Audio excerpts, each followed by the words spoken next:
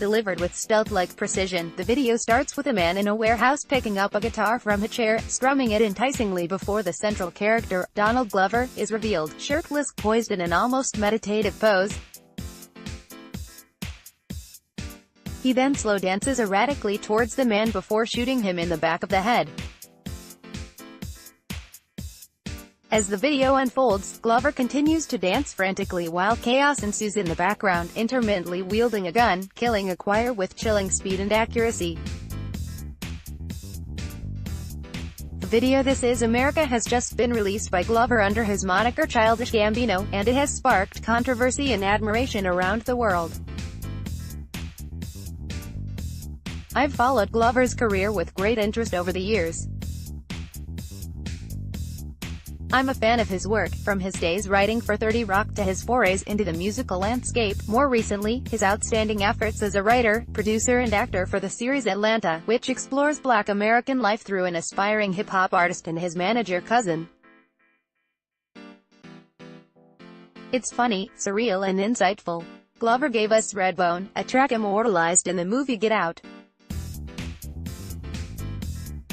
A song from Awaken, My Love, a wildly inventive album. I kept playing it to decipher what I was hearing.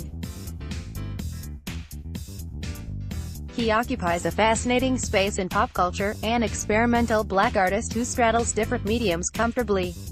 Now Glover has polarized audiences after dropping the This Is America video. He's catapulted himself to the front of the zeitgeist with endless interpretations of the video. Here's the thing we need to talk about more within these discussions: when you're a black or POC, person of color, artist, you're held to much higher standards by everybody.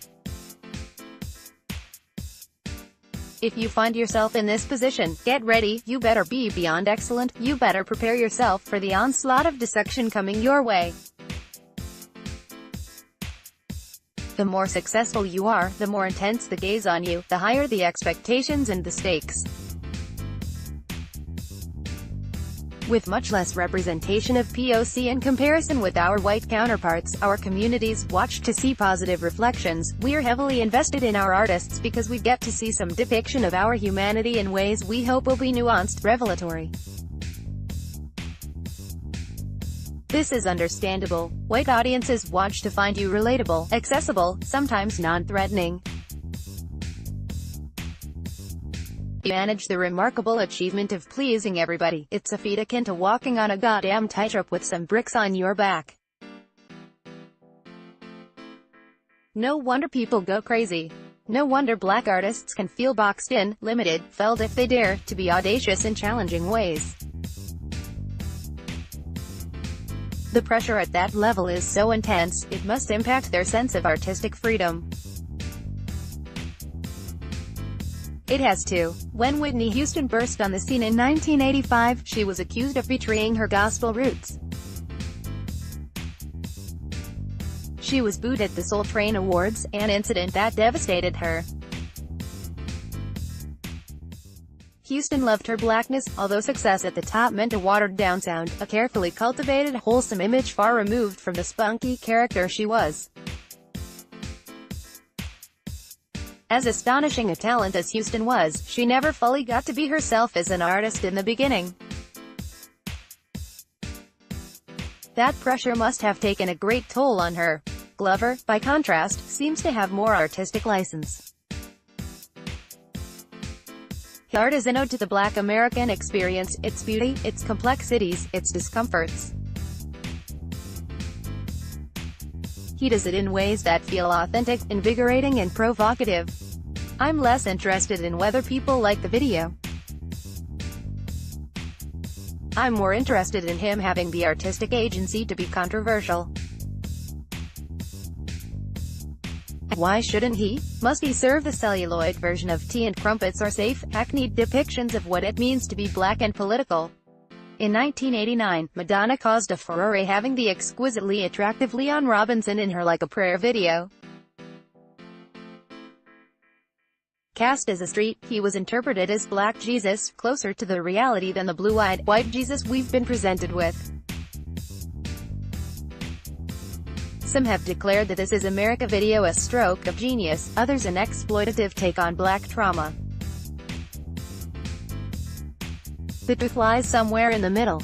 Some accuse Glover of performing for mainstream audiences. If you live in the Western world, it's impossible to avoid that gaze. And shouldn't everyone see it, even in its specificity of the black experience? Perhaps Glover should have revealed the video to 3 people in a subterranean bunker.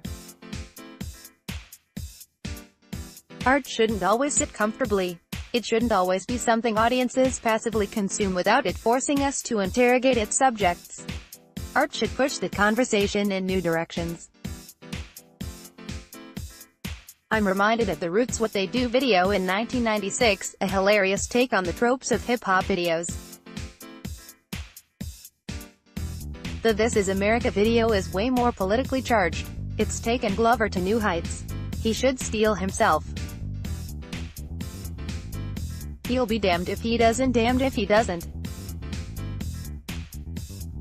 Let Glover have the space to explore his art in ways that take risks. Give him room to make mistakes. Don't fence him in. It's a video so astutely aware of every audience, their responses seem almost embedded in its DNA. In just over 4 minutes, Glover shows the contempt America has for black bodies. It's hard to watch it without thinking of victims of police action: Philando Castile, Corin Gaines, Tommy Rice, Sandra Bland. The fascinating aspect about all the conversations around the video isn't what sides people fall on, it's that everybody's talking about it, exactly as intended. This Is America is an intriguing slice of celluloid shrewdly primed for discourse, cleverly disseminated in a climate where black artistry continues to challenge expectations. And should be allowed to. Irenosen Okojie is a writer and arts project manager. Her debut novel, Butterfly Fish, was published in 2015.